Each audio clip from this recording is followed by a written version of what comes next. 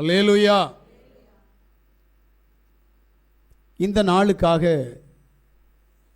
நம்மோடு கூட பேசும்படியாய் விரும்புகிற வேத வசனம் மீகாவுடைய புஸ்தகம் அதனுடைய 2வது அதிகாரம் அதனுடைய 10வது வசனத்தை யாராவது சப்தமா வாசிங்களேன். எழுந்திருந்து போங்கள், இது நீங்கள் இளைப்பாறும் இடம் அல்ல, இது தீட்டப்பட்டது, இது உங்களை நாசப்படுத்தும், அந்த நாசம் மிகவும் கொடிதாயிருக்கும். ஆமென். அல்லேலூயா. சர்வ வல்லமையுள்ள தேவன் தம்முடைய ஜனத்தை பார்த்து சொல்லுகிற ஒரு சம்பவம். ஏன் அப்படின்னா, யாவுடைய பிள்ளைகள் இருக்கிற தேசம் அது நல்ல தேசம் அல்ல, அது பிரச்சனைக்குரியது, போராட்டத்திற்குரியது, இப்பிரபஞ்சத்தின் அந்தகார லோகாதிபதிக்குரிய தேசமாக இருக்கிறது. ஆனபடியினால் இந்த தேசத்தை விட்டு நீங்கள் புறப்பட வேண்டிய ஒரு நேரம் இருக்கிறது. அதனால தான் சொல்றாரு, எழுந்திருந்து போங்கள், இது நீங்கள் இளைப்பாறுகிற இடம் அல்ல, இது தீட்டுப்பட்டது, இது உங்களை நாசப்படுத்தும், அந்த நாசம் மிகவும் கொடியதாயிருக்கும். நிறைய பேருக்கு இது புரியாது. ஏன்னா எனக்கு தெரிந்து யாக்கோபு தன்னுடைய மாமனாருடைய வீட்டிலிருந்து புறப்படுகிறான். அப்போது தன்னுடைய மனைவிகள் 2 பேர், அவர்களுடைய வேலைக்காரிகள், அவனுடைய மிருக ஜீவன்கள் எல்லாவற்றையும் அழைத்து கொண்டு வருகிறான். வரும்போது அவனுக்கு திடீரென்று இளைப்பாற வேண்டும். அந்த இளைப்பாறுற ஸ்தலத்திலே தன்னுடைய தேவனை நோக்கி பார்க்க வேண்டும் என்கின்ற எண்ணம் வந்தது. ஏன்? அவன் போகிற இடம் பொல்லாத இடம், அவனுக்கு ஆபத்து இருக்கிறது, அவனுக்கு மரணம் இருக்கிறது, அவனுடைய ஜீவனுக்கு விரோதமாக கிரிய செய்யக்கூடிய மகாபெரிய சத்ரு ஒருவன் காத்திருக்கிறான். ஆனபடியினால் அவன் தன் தேவனை நோக்கி பார்க்க ஆரம்பித்தான். பார்த்தவனுக்கு சத்ருவிடத்திலிருந்து விடுதலைக்காக தேவன் எதுவும் செய்யவில்லை. அந்த இடத்தில் அவனுடைய மறுமையை அவனுக்கு காண்பித்துக் கொடுக்க ஆரம்பித்தார் அவனுடைய தேவன். சற்று யோசித்து பாருங்கள். நாம் பல சந்தர்ப்பங்களில் நாம் கேட்கிறது கிடைக்காது, ஆனால் இன்னொன்றை தேவன் வெளிப்படுத்துவார். அவன் தலை சாய்த்த இடம், அந்த இடத்திலே ஒரு கல் ஒன்று இருந்தது. அந்த கல்லை தன் தலைக்கு வைத்துவிட்டு அதிலே தூங்கிய இடம், அது எப்படிப்பட்ட இடம் என்பதை உணர்ந்தான். ஒரு வார்த்தை அவன் சொல்லுவான் தெரியுமா? இந்த இடம் வானத்தின் வாசல்.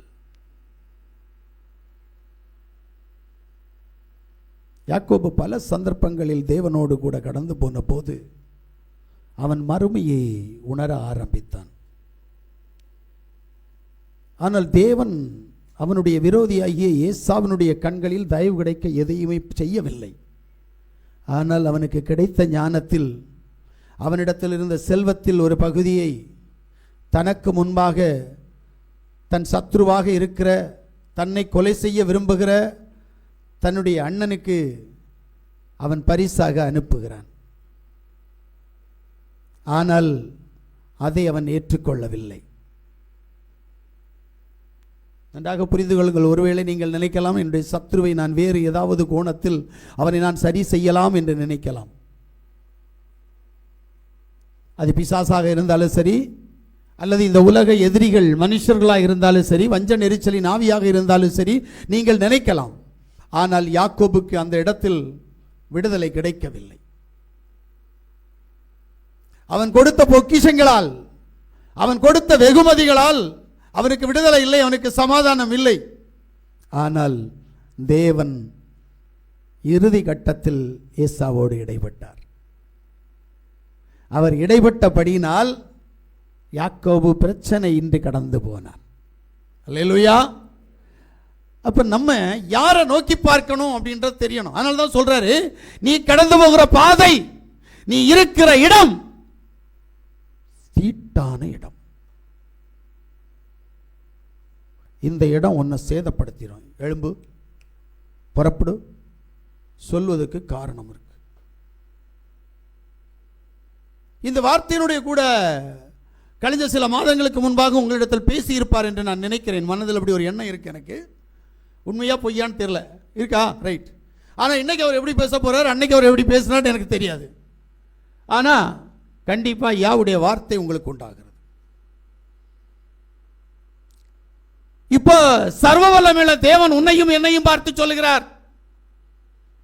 எபேசியருடைய புஸ்தகம் 5வது அதிகாரம் 4வது வசனத்தை நாம் வாசிக்கிற போது, தூங்குகிற நீ விழித்து, ஆதலால் தூங்குகிற நீ விழித்து மரித்தோரை விட்டு எழுந்திரு, மரித்தோரை விட்டு எழுந்திரு, அப்போது மேசியா உன்னை பிரகாசிப்பிக்கார் என்று சொல்லி இருக்கிறார்.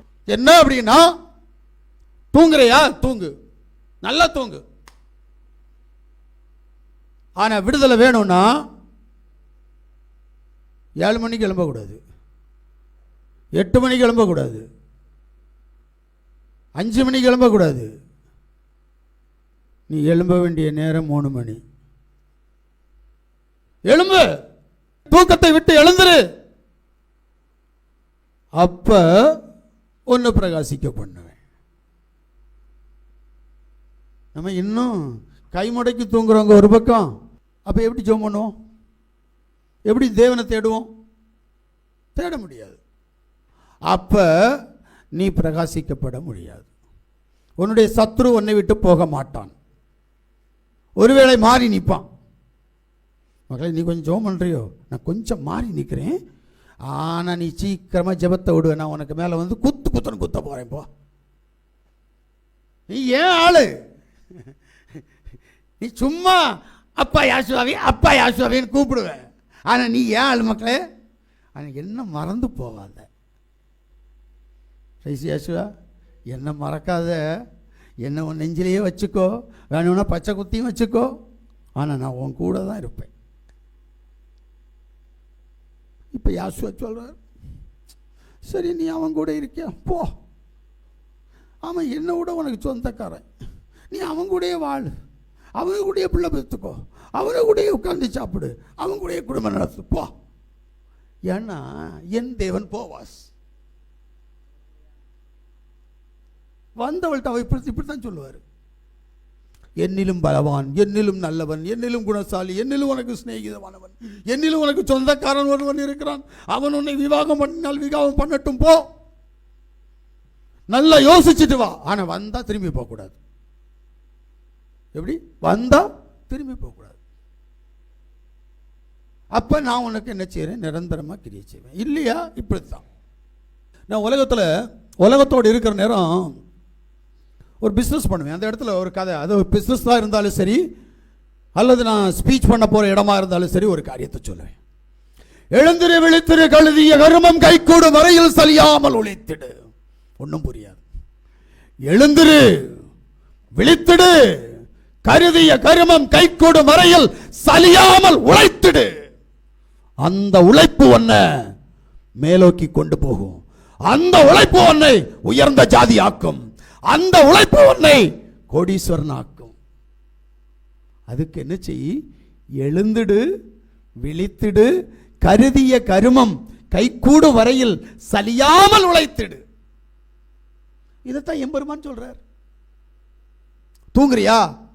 தூங்குனா வாழ்க்கை இல்லை. தூக்கத்தை விட்டு எழுந்துரு. ஏன்னா இவன் சொன்னவனுக்கு எங்க அப்பாவை நல்லா பிடிக்கும். உங்களுக்கு புரியாது நான் யாரை பற்றி சொல்றேன்ட்டு. விவேகானந்தரை பற்றி சொல்லிட்டு இருக்கிறேன். அவருக்கு எங்க அப்பாவை நல்லா பிடிக்கும். எங்க அப்பாவுடைய வார்த்தையெல்லாம் ரொம்ப படிக்கிறவன், ரொம்ப விசுவாசிக்கிறவர். அவர் தான் அந்த வார்த்தையை யூஸ் பண்ணார்.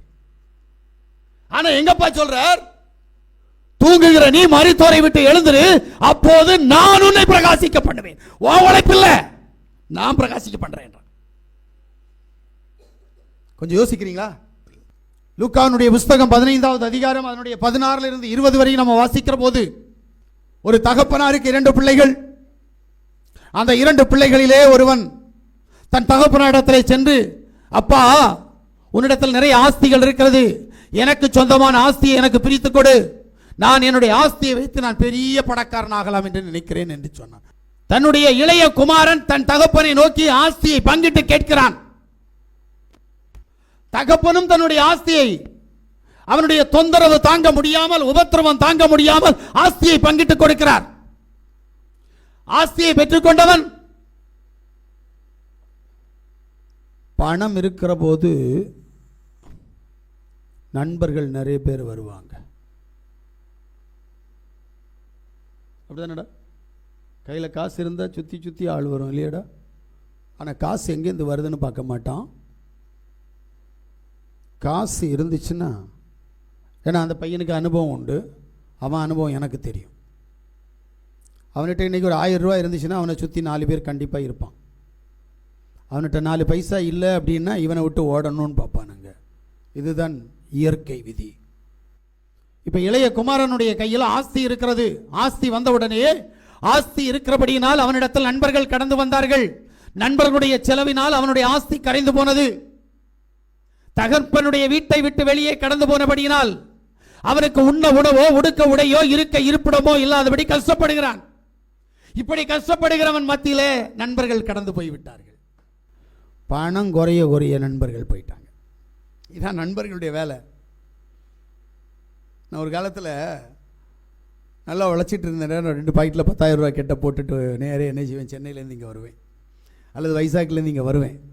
வந்தால் என்கிட்ட முஸ்லீம் நண்பர்கள் நிறைய பேர் இருப்பாங்க, வருவாங்க. அது மாதிரி என்னுடைய இன்னும் மற்ற நண்பர்கள் இருப்பாங்க, எல்லோரும் வருவாங்க. நல்லா தண்ணி அடிப்போம். தண்ணி அடித்து நல்லா செலவு பண்ணுவேன். செலவு முடிஞ்சு கையில் காசு எப்போ தேயுதோ அப்போ உடனே புறப்பட்டு போயிடுவேன். எனக்கு அப்படி ஒரு பழக்கம். எனக்காக என்ன வேலை வேணாலும் செய்யக்கூடிய ஒரு முஸ்லீம் பையன், என்ன சொன்னாலும் கேட்பான். இடையில் அந்த பையனை ஒரு நாள் பார்த்தேன். நீங்கள் பாஸ்டர் இப்போ தெரியுமா எனக்கு, நான் ஒரு கோடீஸ்வரனாக்கும் அப்படின்னா. டேய் கோடியா, கோடீஸ்வரனா மக்களே, பரவாயில்ல, வா மக்களே வீட்டுக்கு போகலாம் அப்படின்ட்டு. என் வீடை வந்து பாரு, வீடு மட்டுமே 1 கோடி ரூபாய்க்கு வச்சிருக்கிறேன் அப்படின்னா. சரி மக்களே, நான் இன்னொரு நாள் வரேன் என்ன அப்படின்ட்டு. பணத்தை வச்சு ஒருத்தனையும் எடை போட்டுறாத. பணம் எல்லாம் வாழ்க்கை இல்லை. நான் உண்மை சொல்கிறேன். ஏன்னா அவன் இப்போ கோடிகளுக்கு அதிபதி. வீடு மட்டும் 1 கோடி ரூபாயா, நானும் இன்னைக்கு தெருக்கோடி. பிரிசியாசுவா, இந்த தெருக்கோடியும் அந்த கோடியும் ஒன்றாகாது. அவன் நினப்பு. உங்களுக்கெல்லாம் என்ன புரியாது, வேண்டாம், நான் அங்கே வரல. என் தேவன் என்னை எப்படி வளர்த்துறேன்னு எனக்கு தான் தெரியும். நான் எப்படி ஆசீர்வதிக்கப்பட போகிறேன்னு எனக்கு தான் தெரியும். பிரிசியாசுவா, என் தேவனால் கூடாத காரியம் எனக்கு ஒன்றுமே இல்லை. அவன் நினச்சிருக்கலாம் ஒருவேளை கலிஸ்து இந்த பைபிளை தூக்கிட்டு நடக்கிறான்ல, அதனால் அவனுக்கு ஒன்றும் இல்லையா இருக்கும். ஆனால் நமக்கு வீடு மட்டுமே 1 கோடி ரூபாய்க்கு இருக்கே. நாகூரில் வீடு போட்டிருக்கிறான், 1 கோடி ரூபாய்க்கு மேலே இருக்கு, எனக்கு நல்லாவே தெரியும். நான் பணத்தை பற்றி ஒருத்தன் என்கிட்ட பேசினா அவனை நான் கிட்ட நெருங்க விட மாட்டேன். அவன் எனக்கு எப்படிப்பட்டவனாக இருக்கட்டும், ஏன்னா பணத்தினால என்ன பேரம் பேச முடியாது. நல்லா புரிஞ்சுக்கிடுங்க, இதுதான் உங்கள் வாழ்க்கையாக இருக்கணும். பணத்தை பார்த்த உடனே நீங்கள் என்ன செய்யாதீங்க, ரூட்டை மாற்றாதீங்க. நீ எப்படி வாழ்றியோ அந்த வாழ்க்கையில் வாழு. பணம் ஒன்றை திசை திருப்பக்கூடாது. இந்த இளைய குமாரனை பணம் திசை திருப்பினது. அவன் திசை திருப்பப்பட்டபடினால் அவனுடைய இறுதி நாள் பன்றிக்கு கொடுக்கிற தவிட்ட தின்னணும்னு நினைச்ச நேரத்தில் கூட அந்த தவிடு கூட கிடைக்கல. எங்க பணத்துக்காக வாழ்க்கையை மாத்தாத. வாழ்க்கைக்கு பணம் தேவை. கான்செப்டை புரியணும். வாழ்க்கைக்கு பணம் தேவை. அதுக்காக நீ கோடீஸ்வரன் ஆகணும், லட்சாதிபதி ஆகணும், பணக்காரன் ஆகணும். அன்றன்றுள்ள தேவைகள் உனக்கு அன்றன்று சந்திக்கப்படணும். அப்படி சந்திக்கப்பட்டால் ஒன்ன போல ஒரு கோடீஸ்வரன் இந்த உலகத்தில் இல்லை. நமக்கு தெரியாது, அதை நான் அடிக்கடி சொல்லுவேன். பணக்காரன் யார் தெரியுமா? உனக்கு எம்பெருமான் கொடுத்திருக்கிற பணத்தை பாதுகாத்தா போதும். அவர் உனக்கு எதுக்கு கொடுத்துருக்கிறாரு? சீட்டாடுறதுக்கா, இல்லை செல் ஆடுறதுக்கா, இல்லை எதுக்கு? களியாட்டுகளுக்கா? இல்லை, உனக்கு கொடுத்திருக்கிறது உன் குடும்பத்தை நீ பராமரிக்கிறதுக்கு, உன்னுடைய தேவைகளை நீ சந்திப்பதற்கு உனக்கு அன்றென்று கொடுப்பார். அந்த தேவையை நீ நிவர்த்தி பண்ணாலே போதும். ஏனென்றால் சாலமோனிடத்தில் யாவுடைய சமூகத்தில் அவன் போய் நிற்கிற நேரத்தில் என்ன நடக்குது அப்படின்னா, ஒரு ராஜா கேட்கிறான், ஆண்டவரே அன்றன்றுள்ள ஆகாரத்தை எனக்கு அன்றன்று அளந்து தாரும். நம்ம என்ன கேட்போம்? நாளைக்கு எனக்கு சோறு வேணும், உடுக்க 2 கோட்டு வேணும், அப்புறம் ஒரு பெரிய ஒரு 50 லட்சம் ரூபாய் ஒரு கார் வேணும். கிடைக்காது. உனக்கு என்ன தேவையோ அதை என் தேவன் கொடுப்பார். அதில் நீ உண்மையாக இருக்கணும். ஆனால் இங்கே இளையகுமாரன் அப்படி இல்லை. இங்கே என்ன நடக்குதுன்னு நல்லா புரிஞ்சுக்கணும். நீங்கள் ஆஸ்திக்கு சொந்தக்காரன், தகப்பனுக்கு பிரியமான மகன், ஆனால் தன்னுடைய தகப்பனை விட்டு தூரம் போகிறான். இப்ப 15வது அதிகாரம் 12வது வசனத்தை வாசிங்க. அவர்கள் இளையவன் தகப்பனை நோக்கி, ஆமென், தகப்பனே, ஆஸ்தியில் எனக்கு வரும் பங்கை எனக்கு தர வேண்டும் என்றான். ஆமென். அந்தபடி அவன் அவர்களுக்கு தன் ஆஸ்தியை பங்கிட்டு கொடுத்தான். இப்ப ஆஸ்தியை பங்கிட்டு கொடுத்தாச்சு. என்ன காரணத்தால் இவன் ஆஸ்தியை வாங்குறான் என்று சொல்லி தெரியணும். அல்ல, சுயநலம் இவன்கிட்ட ஜாஸ்தி. எனக்கு வேணும், எங்க அப்பா சொத்துனால நான் பெரிய பணக்காரனாக போறேன். இன்னைக்கு நம்மகிட்ட நிறைய பேர்கிட்ட ஒருவேளை சொத்து கேட்காம இருக்கலாம், ஆனால் சுயநலம் நம்மகிட்ட நிறைய இருக்குது. நான் என்கின்ற எண்ணம், எனக்கு என்கின்ற எண்ணம் நம்மிடத்தில் நிறைய இருக்கும். இவன் ஒரு நாளும் தேவனுடைய ராஜ்யத்திற்குள் பிரவேசிக்க மாட்டான். நீ என்ன வேணாலும் கேளு, என்ன வேணாலும் விட்டுடு, ஆனால் நீ தேவனுடைய ராஜ்யத்துக்குள்ளே போகிறதுக்கு மட்டும் பிரயாசப்படு. ஏன்னா தேவன் ஒரு காரியத்தை உனக்கு சொல்லி வச்சிருக்கிறார். பலவந்தம் பண்ணினால் ஒழிய தேவனுடைய ராஜ்யத்திற்குள் பிரவேசிக்க முடியாது. சும்மா போயிடலாம் நினச்சா முடியாது. மீசையை எடுத்துட்டு, தாடியை எடுத்துட்டு, கையில் பைபிளையும் தூக்கிட்டு, வெள்ளை சட்டை போட்டுட்டு, வெள்ளை பேண்ட் போட்டுட்டு, அல்லது சகோதரிகள் வெள்ளை ப்ளவுஸு வெள்ளை சாரி கட்டின உடனே எல்லாம் காதலையும் களத்துலையும் இருக்கிறதெல்லாம் கலத்திட்டு போனோன்னா உடனே பரலோகத்துக்கு போயிடலாமா? அதெல்லாம் சும்மாங்க. இதெல்லாம் வந்தா தேவன் அப்படி சொல்லலை. அப்படின்னா முதல்ல யார் போவா தெரியுமா? எனக்கு தெரிஞ்சு யாவுடைய ராஜ்யத்துக்கு போகிற வெள்ளையும் போட்டான்னா போகிறது யார் தெரியுமா? முதல்ல நர்ஸ். நம்ம சபையில் 2 பேர் இருக்கிறாங்க, ஆனால் ஒன்று வெள்ளை போடாது, அதனால இது போவாது. அங்கே இருக்கிறவங்க பாதி வெள்ளை போடுவாங்க, அப்படி தானே? வெள்ளை இல்லையா? அங்கேயும் போச்சு, அப்போ அதுவும் போவாது. அப்போ இனி தேடி கண்டுபிடிக்கணும். முக்கியமாக ஆசாரிப்பள்ளம் ஆஸ்பத்திரியில் இருக்கிற கொஞ்சம் என்ன இருக்கு, அது அங்கே வெள்ளை போட்டுப்போம். அப்போ அதுகளுக்கெல்லாம் பரலோகம் கிடைக்கும். இந்த சிபிஎங்கிற முறையில் தான் சொல்லுவானுங்க, வெள்ளையும் போட்டுருக்கிறோம்.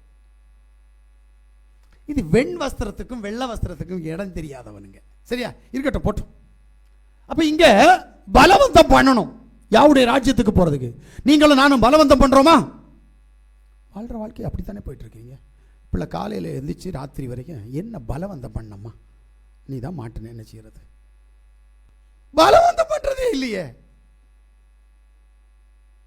எப்படி போறது? முதல்ல பாவத்திற்கு விரோதமாய் பலவந்தம் பண்ணணும். என் யாவை நேசிப்பதற்கு நான் பலவந்தம் பண்ணணும். யாவுடைய சத்தத்திற்கு கீழ்ப்படிய நான் பலவந்தம் பண்ணணும். பலவந்தம்னா என்னன்னே தெரியாது. என்ன பண்றது?